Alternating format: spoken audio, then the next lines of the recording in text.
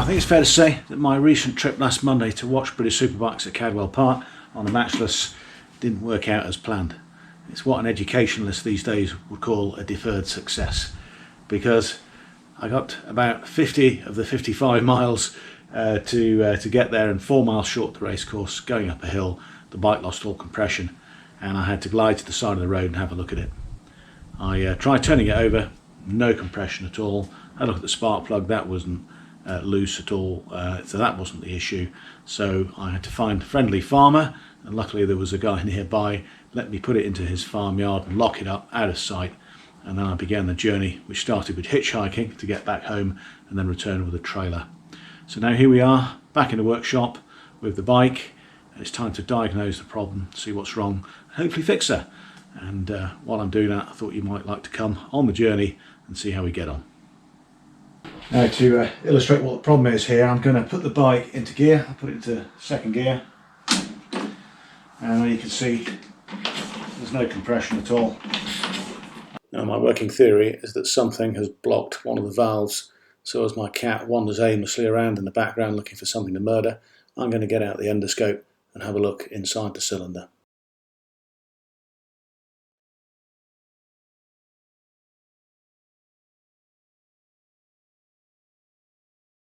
And when I do this, not only can I see that the piston crown has got lots of carbon on it, but I can see that parts are broken off and they are lying around in disarray. Now part of this may have got up and trapped a valve, and that's why I've lost compression. One of the first things I'm going to have to do is empty the fuel tank so I can take it off. So in preparation for this, I'm going to cross-deck the fuel from the old bike to the new bike using this handy little tool. And then once I've done that, I'll move the new bike out of the way and elevate the Matchless to a good working height. Now you don't need a hydraulic workbench to do anything I'm going to do in this video, but it just makes it a little bit easier. Now the heart of this matter is decarbonising the engine, so I hope you'll forgive me if removing the ancillaries is skipped through fairly quickly, and I'll make lots of use of speeded up video. In my fuel system I use modern rubber hoses and metal clips that crimp on with a tool. They don't look as pretty as the old-fashioned copper tubes, but they've got the very great advantage of they actually work. They're also very easy to get on and off. Once the clip's off, a little bit of WD-40 and the hairdryer treatment makes it very much easier to get the hose off. You'll need a little jug to catch the fuel that's in the hose, and then a bigger container to actually drain the tank itself. Now repeat the exercise on the left hand side of the bike to drain the reserve tank. At this point the manual will tell you to unscrew the fuel taps, but my advice is, if they're working well and they're not leaking, leave them undisturbed. You can easily get the tank on and off without damaging them in any way. It isn't strictly necessary to remove the battery, but it does give you a little bit more room, and it only takes a moment.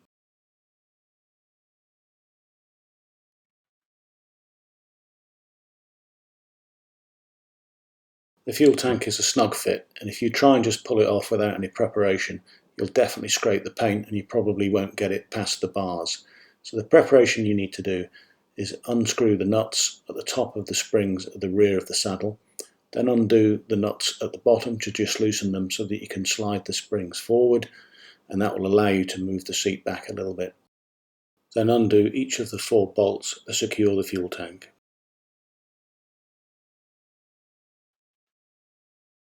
It's definitely worth labelling them, because the 2 bolts that go at the front of the tank are slightly shorter than the 2 that go to the rear.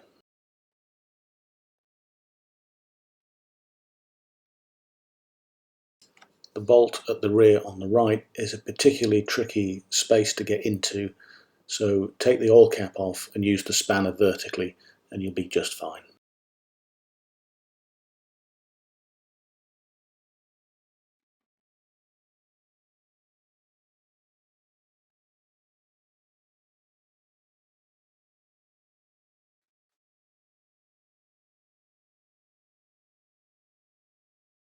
You can protect your fuel tank and its fuel taps by using a couple of old bricks and some cardboard. There are 4 rubber grommets at each corner of the fuel tank through which each one of the bolts passes, and you need to make sure that you secure them when you put the bike back together. Also, if you find that the tank is still a tight fit and you can't get it past the handlebars, then remove those grommets. That'll allow the tank to sit about 2 centimeters lower, and then you'll easily lever it out.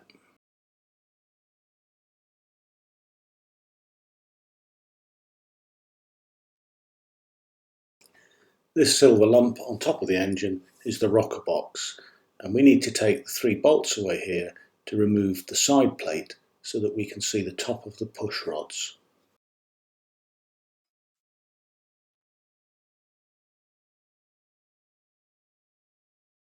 The rocker box has its own oil feed, so we need to disconnect this line before we go any further.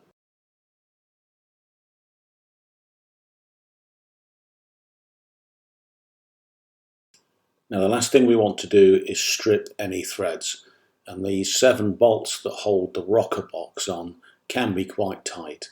So at this point I'm going to spray them with WD-40 and retire for the evening and come back in the morning, and hopefully the oil will have penetrated and made them easier to remove.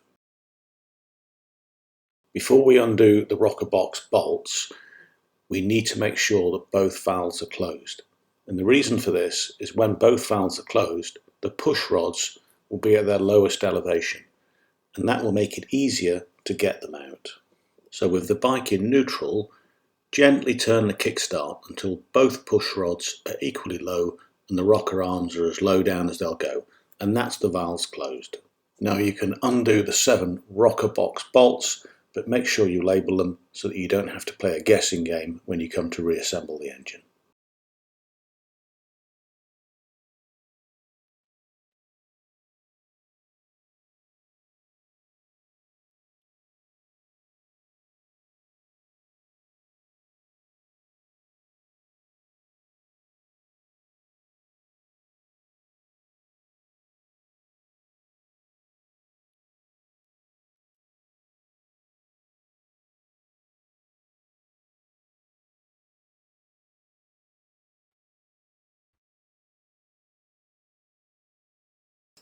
Now at this point, the manual will encourage you to lift the rocker box up from the right hand side to put it at an angle and simply pull the push rods out. But this doesn't work, there isn't enough clearance. So my advice is that at the top of each push rod there is an adjusting bolt. It looks very much like an adjusting bolt that you would get on any final drive chain. Undo the bottom of the 2 nuts, and that's the lock nut, and then unscrew the bolt so it comes out of the top of the push rod, and this will give you a lot more clearance.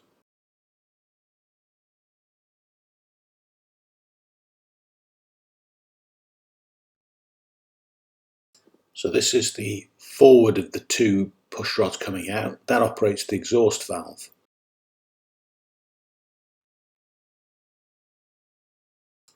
Now we simply repeat the procedure on the inlet valve. Unscrew the adjuster, take it off, and then tip the rocker cover up and to the right a little bit and pull out the push rod. Strictly speaking, there's no difference between the 2 push rods, but the manual does recommend that you label them and put them back in the same orientation, i.e. the front one at the front and the back one at the back. Now we can remove the rocker box. We do this by lifting it slightly and then rotating it anti-clockwise, first to clear the exhaust valve spring and then to clear the inlet valve spring, which is at the rear. On top of the cylinder head is a gasket. This isn't subject to particularly high pressures. It holds in the oil that lubricates the valves and the rockers. If it's in good condition, there is no need to replace it. You can reuse it. Now, of course, we want to get the cylinder head off now so we can get in and clean it and see the state of the valves. But before we can do that, we need to move some more of the ancillaries and strip them from the bike. And we'll start by removing the nut that retains the right-hand side footrest, because this will allow us to get to the exhaust. With the nut removed, we can tap the connecting rod through a little bit.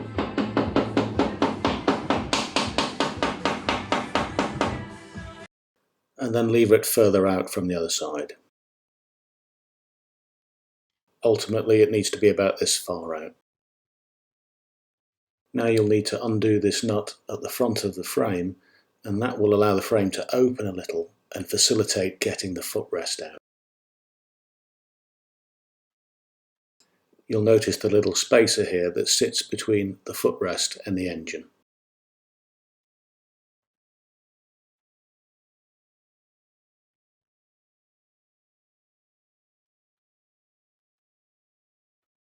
Now we can go back to that little nut and take it and its washer off completely, because it's one of the things that holds the exhaust on. The other attachment point is at the rear of the exhaust, a simple nut and washer that needs to be removed. Now free the exhaust from its lower bracket and gently lever it away from the bike.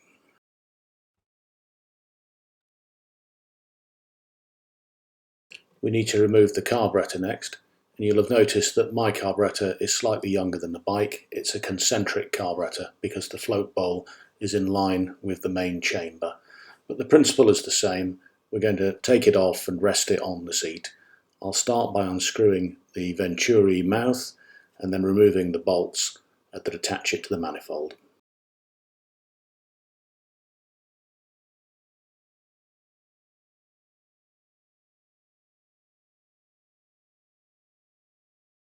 Now, I mentioned earlier that stripping a rocker box bolt would be a bit of a nightmare. Well, stripping a cylinder head bolt would be even worse. So this is a good time to soak it in WD-40 or some other kind of penetrant oil and take a break. And so I return a suitable time later and undo the bolts, 4 in total.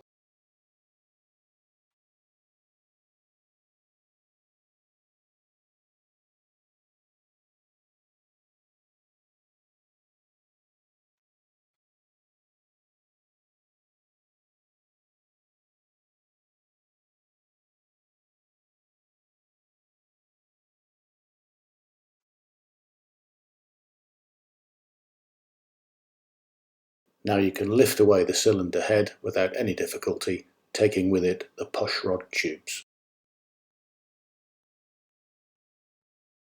And now we get a good view of the carbon that's built up over the course of about 3,000 miles on the road, and the way in which it's broken up and become loose debris. And it's a piece of this debris that's got between the valve and its seat and stopped it forming an airtight seal, and that's why the bike lost compression. And now I begin the long job of trying to scrape away the carbon from all affected areas. What you need to do is scrape it away with something that's softer than the material underneath. So here, for example, I've adapted a pitcher hook which is made of brass, and I'll use a brass brush as well because that's softer than the material that forms the piston crown and the cylinder head.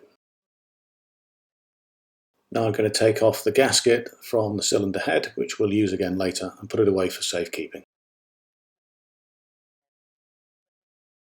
You can pull the push rod tubes straight off, but make sure to label them so you know which one is which. Now I don't have a specialist tool with which to remove the valve springs and the collets that hold the cap on top in place, but after a little bit of head scratching I managed to work something out that I think pretty much most people would have in their workshop. So I used a tap holder and 2 zip ties. I put the tap holder on top of the valve and then put the zip ties around the arms and then down through the valve springs. And this gave me a way of drawing the spring tight to release the tension on the collets.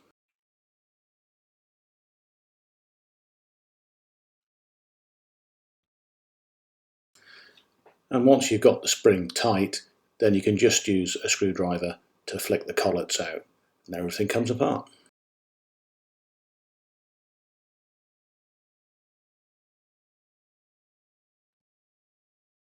Now, if I seem to be talking a foreign language because you don't know what a collet is, the Americans call them valve keepers, which I think is much more descriptive. And they're just 2 pieces of metal, half moon shaped, and they grip the top of the valve and they just make it a bit wider, and that holds the retaining cap on. And now that I've got the first one off, this gives you a better view of my homemade tool.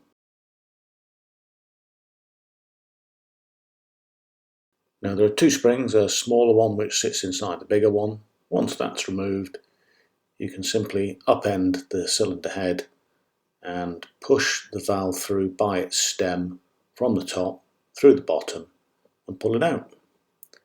And then once it's out, we can have a good look at it and see the state that it's got into with all the build-up of carbon.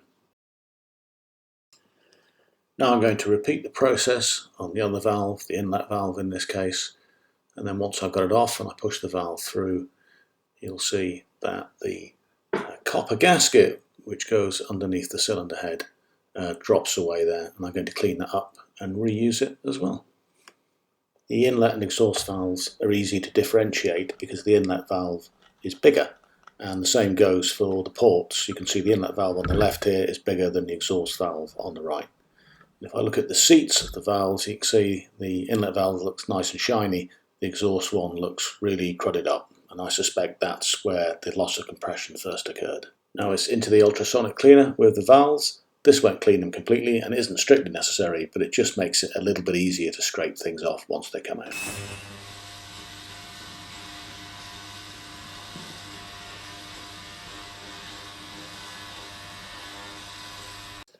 And now to the tedious job of cleaning everything up.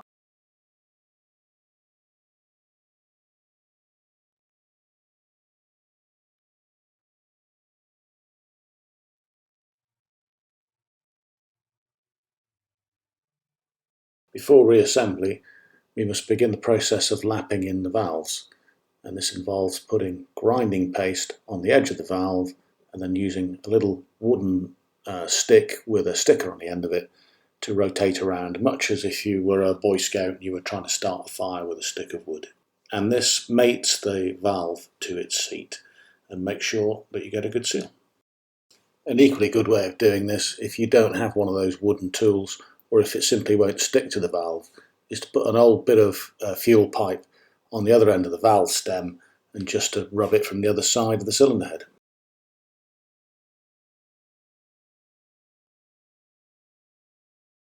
As you can see, that works just as well, and you can get just as much pressure of the valve against the seat. Before you reinsert the valve, just smear some engine oil along the stem. Replacing the valve springs is a lot easier than taking them off, because you can put the zip ties on the spring without anything getting in your way.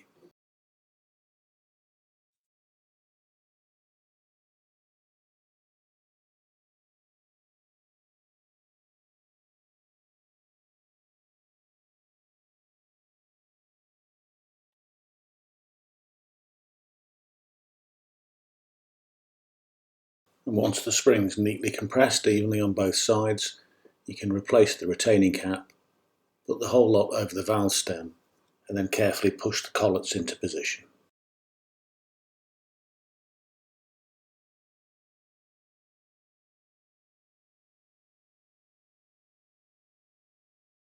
And now for the really satisfying bit. If you just use a heat gun on both zip ties evenly, when they heat up they'll start to expand and then they'll give way, and when they do that the spring will just relax onto the retaining cap, and it will do it gently so it doesn't bounce the collets out of position. Simple.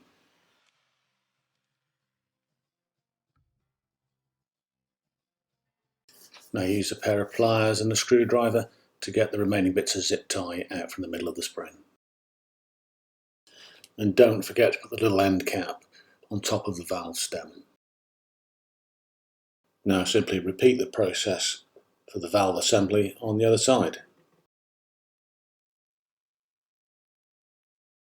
We can reuse the cylinder head gasket if it's made of copper, but it will be a bit too hard if you just try and use it as it is.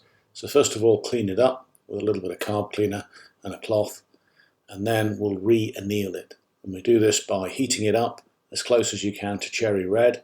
A gas stove is fine. If you've got a blowtorch, that's even better because it'll be quicker. And then quench it, and as soon as you've done that, it'll be noticeably softer and it will give you a better seal. There's nothing particularly difficult or clever about reassembling the bike, so we're going to rush through this fairly quickly. I'll just dwell on a couple of key moments.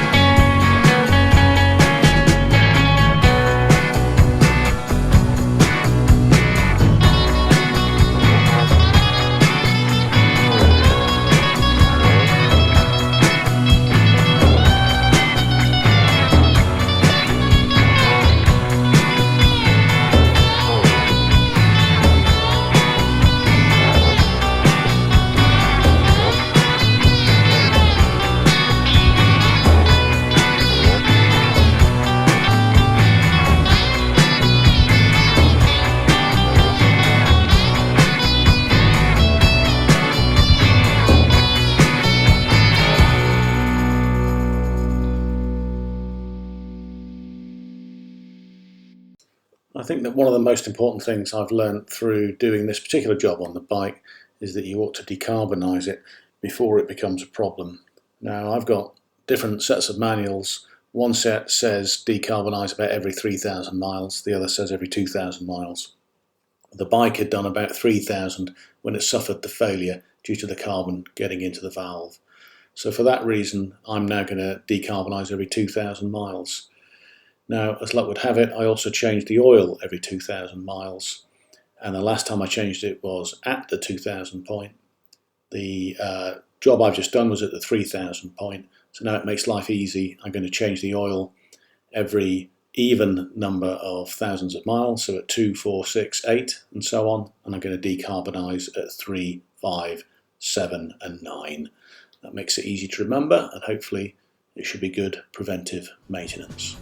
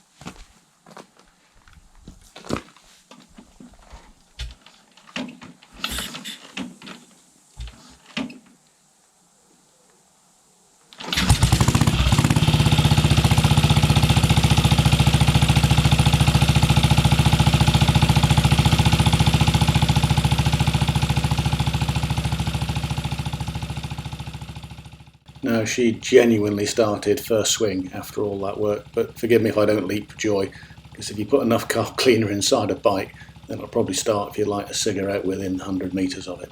But the job was a success. I hope that the video has helped you in some way. If not, or there's a better way of doing it, then please comment below or get in touch.